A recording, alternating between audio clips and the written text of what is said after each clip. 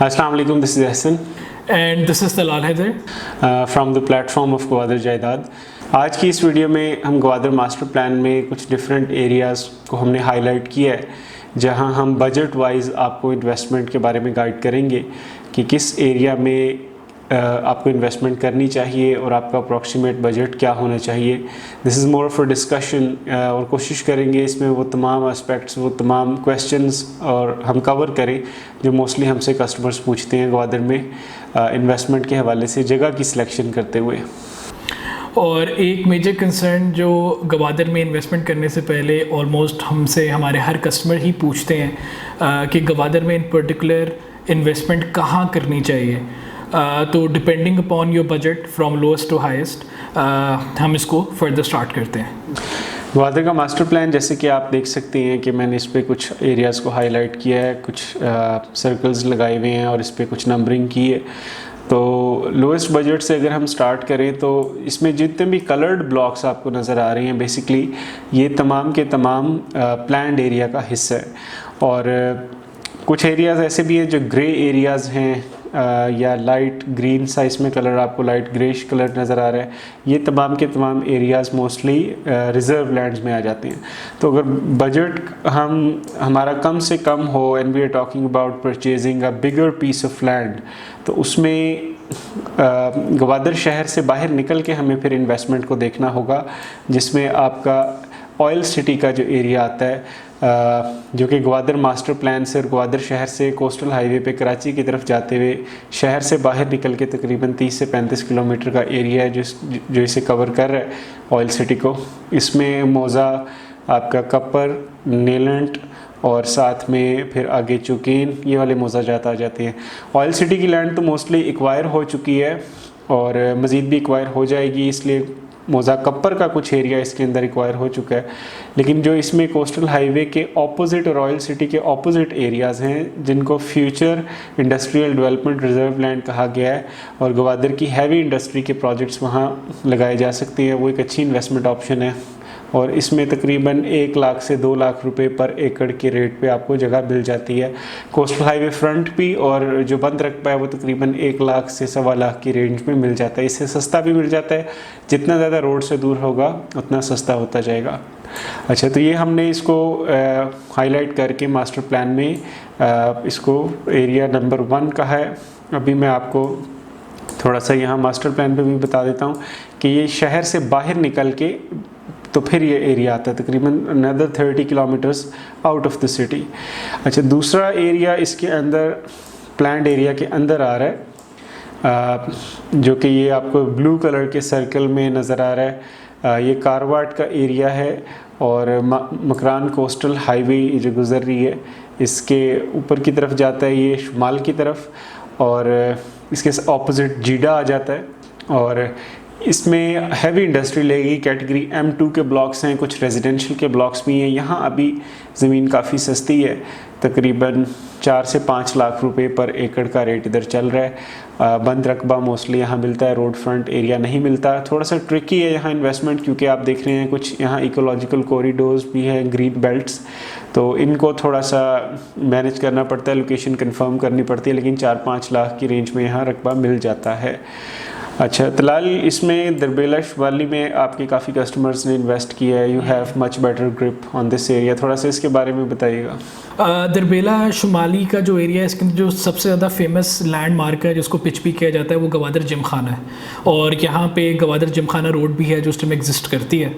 और इसके जो नीचे वाला एरिया है जो कोस्टल से थोड़ा सा ऊपर 200-150 मीटर, और बाकी सारा वाला एरिया जो मोस्टली M1 कैटेगरी में आता है, इसमें थोड़ा सा जीडा भी टच होता है, वेयर हाउस लैंड भी है। ये सारा का सारा जो ऑप्शन नंबर 4 है वो दरबेला जनूबी का एरिया है। जहाँ तक यहाँ की प्राइसेस की बात की जाए, दरबेला शुमाली के अंदर जो इस टाइम प्राइसेस हैं वो कम से कम 8 से 11 लाख रुपए तक आपको एक अच्छी लोकेशन का रकबा मिल जाता है। फिर उसके बाद अगर दरबेला जनूबी की बात की जाए, जो मोस्ट प्रेफरेबल है एज़ कम्पेयर टू दरबेला शुमाली, वहाँ पे आपको इस टाइम 15 से 20 लाख रुपए तक के अंदर एक अच्छा जो एरिया जो रकबा है वो आपको मिल जाता है। ठीक है। दरबेला जनूबी की अगेन खासियत यह है कि एक तो कोस्टल हाईवे के ऑलमोस्ट ऊपर है, फिर जो समंदर वाला एरिया है वो भी उसको ऑलमोस्ट टच करता है, वो 300-400 मीटर के बाद। ठीक है, यानी ये जो इसमें नज़र आ रहा है कोस्टल हाईवे, ये जो कोस्टल हाईवे इसमें नज़र आ रही है, इसके थोड़ा सा ऊपर और नीचे के जो एरिया है ये सारा दरबेला जनूबी है। और यहाँ आपने बताया तकरीबन रेट 20 लाख रुपए एकड़। 20 लाख रुपए से 15 से 20 लाख रुपए जनूबी में है और शुमाली के अंदर 8 से 11 लाख रुपए है। हाँ, इसके अंदर जो एक बहुत बड़ा प्रॉब्लम, बिकॉज जब मास्टर प्लान आया था तो लोगों को फेस करना पड़ा कि इस एरिया के अंदर जो इकोलॉजिकल कॉरिडोर है वो 2 इकोलॉजिकल कॉरिडोर्स हैं वो टच करते हैं। एक आपका लेफ़्ट साइड पे एयरपोर्ट की तरफ टच करता है और एक राइट साइड पे टच करता है। तो ज़मीन की जो अवेलेबिलिटी है इस एरिया में ख़ासतौर पर इंडस्ट्रियल लैंड की, वो काफ़ी लिमिटेड है। और ये सारी M1 कैटेगरी है, लाइट इंडस्ट्री है। जी, M1 कैटेगरी है, प्लस रेजिडेंशियल और कुछ पोर्शन जो है वो कमर्शियल का है। कमर्शियल का भी है, वेयर हाउस भी है। ओवरऑल बजट वाइज जो है तकरीबन अगर आपका लेस देन 1 मिलियन बजट है तो आप जो है दरबेला शुमाली के अंदर इन्वेस्ट कर सकते हैं। ठीक हो गया।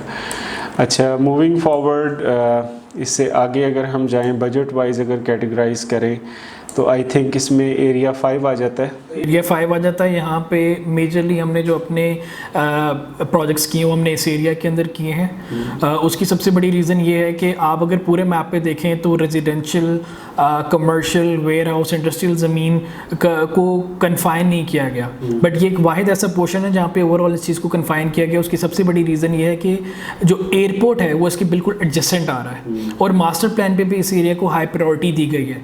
डेवलपमेंट के एतबार से इस एरिया पे सबसे पहले डेवलपमेंट होगी। तो इस एरिया की अगर प्राइस रेंज की बात की जाए, जो शर्की है वहाँ पे कम से कम 14 लाख रुपए से स्टार्ट होता है और 20 लाख रुपए तक जाता है। ठीक है। अच्छा, इसमें एक चीज़ मैं ऐड करता चलूँ कि अक्सर कस्टमर्स ये पूछते हैं कि यहाँ प्रॉपर्टी के उन्होंने ज़मीन.com पे या दूसरे प्लेटफॉर्म्स पे एडवर्टाइजमेंट्स देखी हैं कि यहाँ 8 लाख रुपए, 9 लाख रुपए, इवन 6 लाख रुपए भी एकड़ का रेट है। अभी ग्वादर में ज़मीन की पहचान ज़्यादातर मोज़ा जात के नाम से है। इसको ज़ियारत मच्छी शर्की का या कुछ थोड़ा सा शनकानी दर का एरिया है। अब ये एरिया बहुत बड़ा है, ये ऊपर तक यहाँ तक जा रहा है। इसमें रिज़र्व लैंड 1 भी आ जाती है, रिज़र्व लैंड 2 भी आ जाती है। तो यहाँ जो रेट है वो कुछ और है और नीचे रेट कुछ और है। तो हम आपको वो रेट बता रहे हैं जो अच्छी लोकेशन का रेट है, जो ओमान ग्रांट या कोस्टल हाईवे के पास का रेट है, हम आपको वो रेट बता रहे हैं। तो हम जो आपको रेट बता रहे हैं वो बेहतरीन लोकेशंस जो है उसका बता रहे हैं। दूसरा, जैसे तलाल ने बताया कि ये डेवलपमेंट वाइज जो है हाई प्रायोरिटी पे है। एक्चुअली इसको हाई डेंसिटी डेवलपमेंट एरिया भी डिक्लेयर किया गया है। इसमें कंसनट्रेटेड डेवलपमेंट होगी, एलिवेटेड स्टाइल की डेवलपमेंट होगी और तमाम तरह की कैटेगरी के ब्लॉक्स इन्होंने 3-4 किलोमीटर के अंदर ही रख दिए।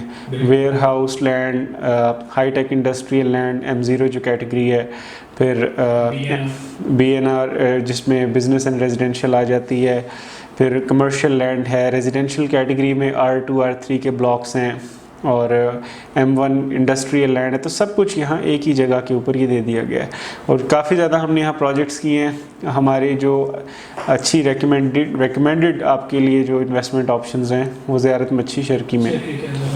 ठीक है।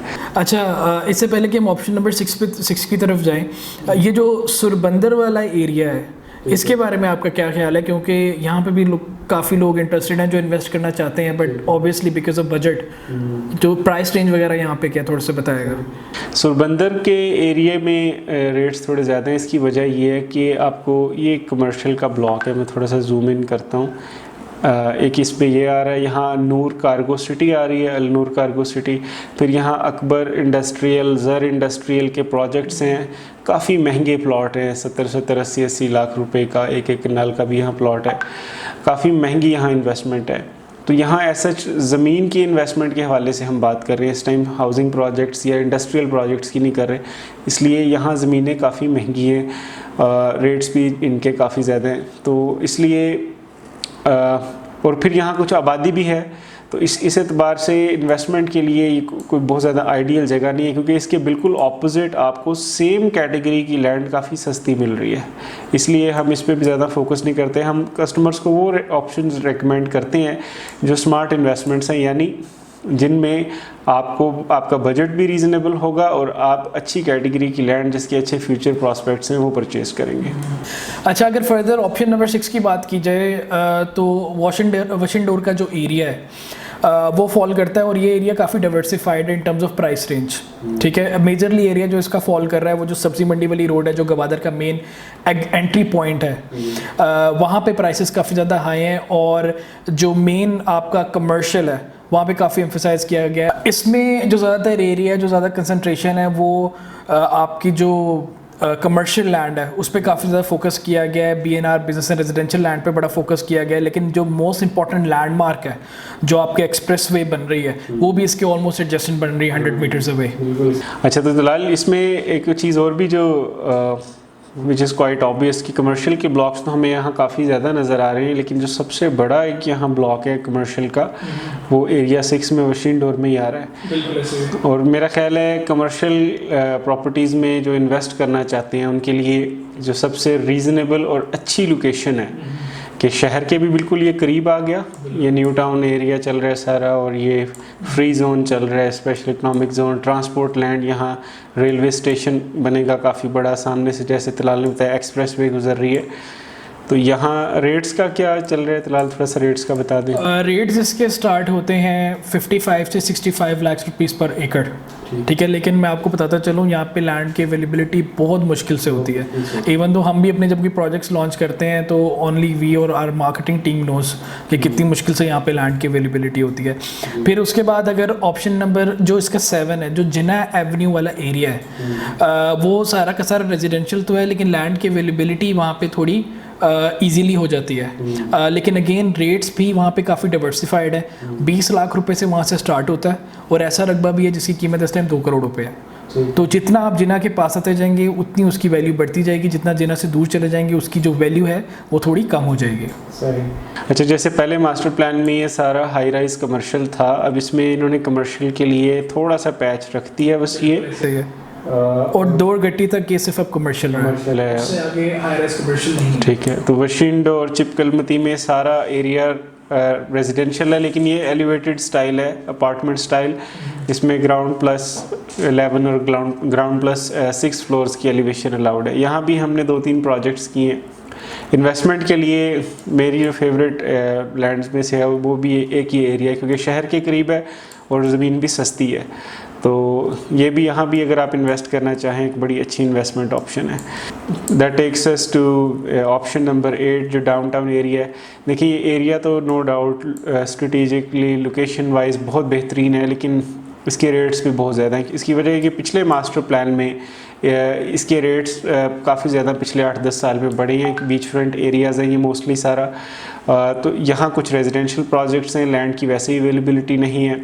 इसमें मेरीन ड्राइव भी आ जाती है, पेडिजर ड्राइव भी आ जाती है, फिर आगे बीच फ्रंट प्रॉपर्टीज़ हैं, मरीन और पेडिजर पे सारी कमर्शियल लैंड होगी और मोस्टली जो बैक साइड के एरियाज़ हैं यानी इसमें बड़े बड़े पीसेस हैं, 10-10, 15-15, 20-20 एकड़ के पीस हैं और वो बीच फ्रंट से स्टार्ट होके पीछे तक जाते हैं।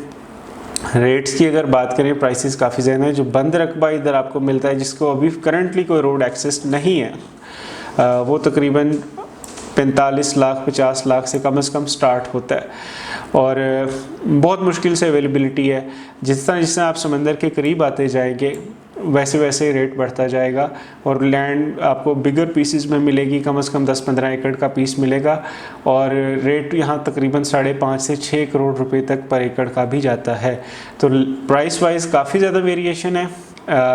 मेरी नज़र में नो डाउट डाउनटाउन एरिया तो बनेगा। अगर हम कंपेयर करें, ये भी हाई डेंसिटी डेवलपमेंट एरिया है सर्कल 8 में और ये भी हाई डेंसिटी डेवलपमेंट एरिया है। रेट्स का ज़मीन आसमान का फ़र्क है।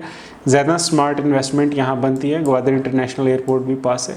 फिर अगर कमर्शियल ही में इन्वेस्ट करना है तो इस एरिया में कर लें। यहाँ जैसे बताया 55 से 65 लाख की रेंज में मिल जाता है, तो ये भी बड़ी अच्छी ऑप्शन है। अगर रेजिडेंशियल में जाना है तो आराम से आप बगैर सोचे समझे यहाँ कहीं इन्वेस्ट कर लें। जिना एवेन्यू के पास रेजिडेंशियल में बेहतरीन इन्वेस्टमेंट।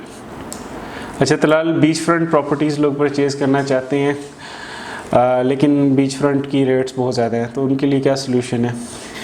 जहाँ तक अच्छा एक बात मैं आप सबको क्लैरिफाई कर दूं कि इस वीडियो के अंदर हम जो भी डिस्कशन कर रहे हैं ये हमारा अपना पर्सपेक्टिव है और ज़रूरी नहीं कि आप इस पर्सपेक्टिव को सेकंड करें, लेकिन जहाँ तक हम गवादर को अंडरस्टैंड करते हैं, जहाँ तक हम पाकिस्तान की इकनॉमिक एक्टिविटीज़ और सिचुएशन को अंडरस्टैंड करते हैं, तो उन सब चीज़ों को काउंटर करते हुए हम आपको अपना सजेशन दे रहे हैं। मेरा ख्याल है अगर कोई बंदा बीच फ्रंट में इन्वेस्ट करना चाहता है तो इस टाइम जो सबसे आइडियल सिचुएशन ये है कि जो R1 कैटेगरी है उसमें इन्वेस्ट करना चाहिए। उसकी रीज़न ये है कि अगर आप गवर्नमेंट को फॉलो करें तो इस टाइम गवर्नमेंट की प्रेफरेंस नहीं है कि जो गवादर के अंदर टूरिज़म को प्रमोट किया जाए, क्योंकि गवादर में इस टाइम जो एक बेसिक इंफ्रास्ट्रक्चर है उसके ऊपर काम हो रहा है। फाइबर ऑप्टिक्स हो गई, रोड नेटवर्क हो गया, सीवरेज सिस्टम हो गया, लाइटिंग सिस्टम हो गया। तो in any way I think कि टूरिज़म को लेते लेते 4 से 5 साल तो कहीं नहीं गए, और 4 से 5 साल इटसेल्फ एक बहुत बड़ा एरिया है। तो मेरा ख्याल है जैसे हम अपनी पर्सनल इन्वेस्टमेंट्स भी करते हैं हसन भाई, R1 कैटेगरी जो एरिया है, ख़ास तौर पे जो पस्सू है, पिशुकान है, वहाँ पे एक स्मार्ट इन्वेस्टमेंट बनती है।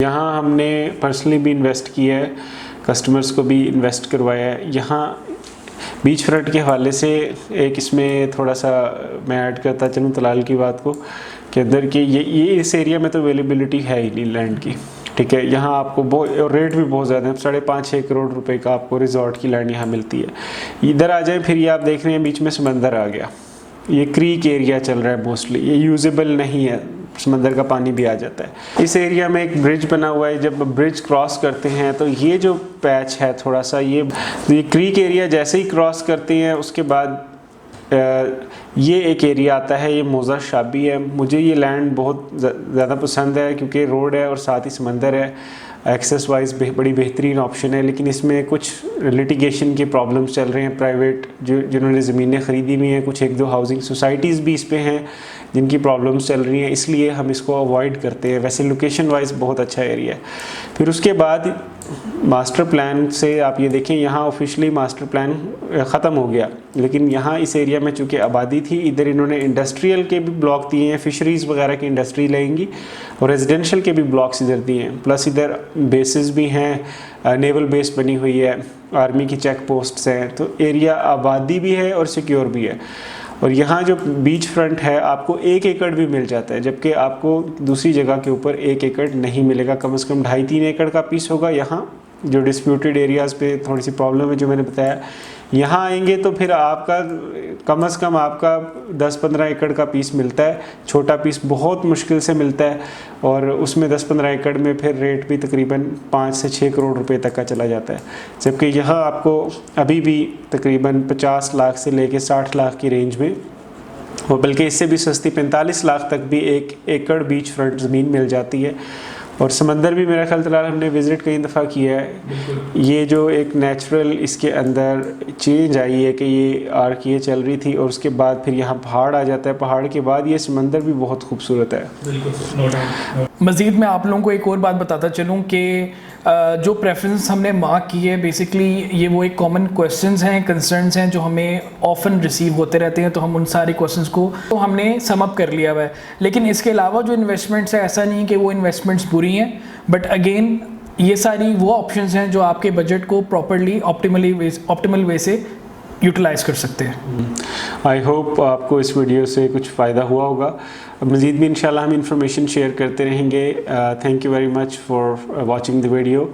Please do subscribe to our channel, Gwadar जायदाद चैनल, एंड अल्लाह हाफिज़।